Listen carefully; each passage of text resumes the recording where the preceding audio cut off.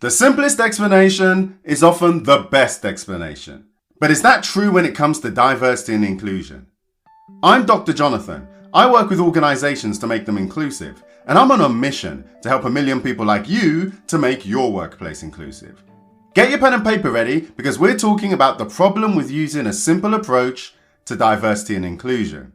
I've wanted to do this show for ages because diversity, inclusion, it all seems complex, doesn't it? New words, new ideas, then those ideas change and you're not sure what to say. Great example is the term BAME, Black, Asian and Minority Ethnic, a term generally used in the UK to describe people that are non-white. 2 years ago, everyone was saying it. You go to panel events and people were referring to themselves as BAME. It still happens now. I never really liked the term, and in my PhD, I spent a bit of time saying why I wasn't using that term, even though most of my research was about so-called BAME people. Since then, there's a lot of people sharing the opinion that they don't like that term, and there's even calls for that term to be scrapped. Don't you wish it was simple? Every week, we inform and educate using applied research and thought leadership, but sometimes it might feel as if I'm adding another thing to your list. Wouldn't it be easier if it was more simple? Is the workplace really sexist? Is it really racist? Is it really ableist? And do I really have to learn what all these words mean? Can't we just keep it simple? And I get it. This makes sense. You're in the workplace and you're being presented with really complicated explanations for things that look pretty simple. For example, it's easier to explain the lack of women in leadership roles to things like parental decisions rather than an inherent lack of opportunity. It's easier to explain the high turnover of people with disabilities to a lack of cultural fit rather than a systemic issue within an organization. When we work with clients, we tend to discover things that they already know, but we also tend to discover things that they don't. Sometimes explaining these things, or possible explanations, challenge their conceptions. People revert to simple explanations like the ones I've just given, explanations that they prefer, and it often reminds me of Occam's razor. As a regular listener to the show, you know that we like principles, useful principles that we can apply in a number of situations.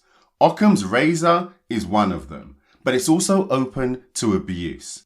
So what is Occam's razor? Occam's razor is a philosophical principle for decision making. Occam's razor is credited to William of Ockham, a 14th century Franciscan friar and philosopher, and he's from Ockham, a village in Surrey, in England.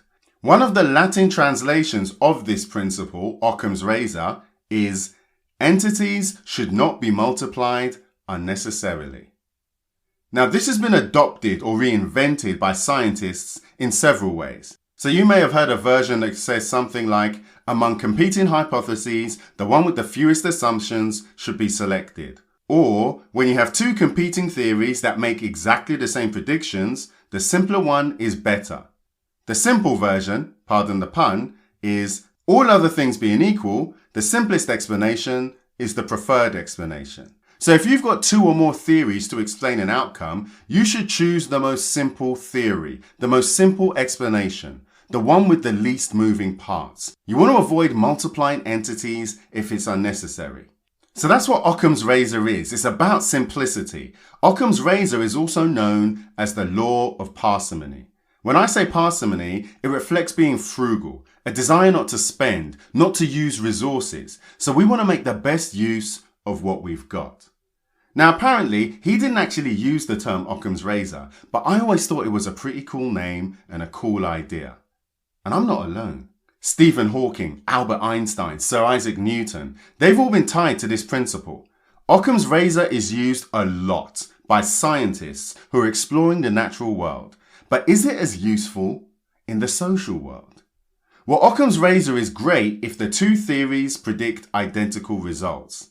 This is a situation that's rare in science, but imagine that in the social world, the world that we inhabit. Not only is it difficult to claim that the results are the same, but all other things are rarely equal. So it's not even about the number of moving parts. Some of these moving parts are completely different, and this changes everything.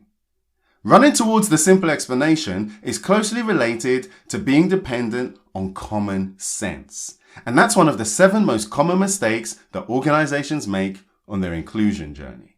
It can be a hiding place for considering other options. It can imply that you already have the answers and that this can be used as a way to ignore some of the complexities of the world that we live in. Am I saying that you shouldn't use Occam's razor? Of course not. But what I am saying is that if you are using it, you should make sure that it fits the circumstances that it was intended. It's a tool to help you think. It's not a replacement for thinking. So let's wrap this up. What are the key messages here? All other things being equal, the simplest explanation is the preferred explanation. But 1, entities should not be multiplied unnecessarily. 2, sometimes it's necessary. And 3, all other things are rarely equal. So what do you think? Are you using Occam's razor in the way that it was intended? Get in touch or leave a message. I would love to hear from you. If you've learned something from today's show, then give us a review on iTunes. It helps other people like you to find the show. Thanks for listening, and I'll see you in the next episode.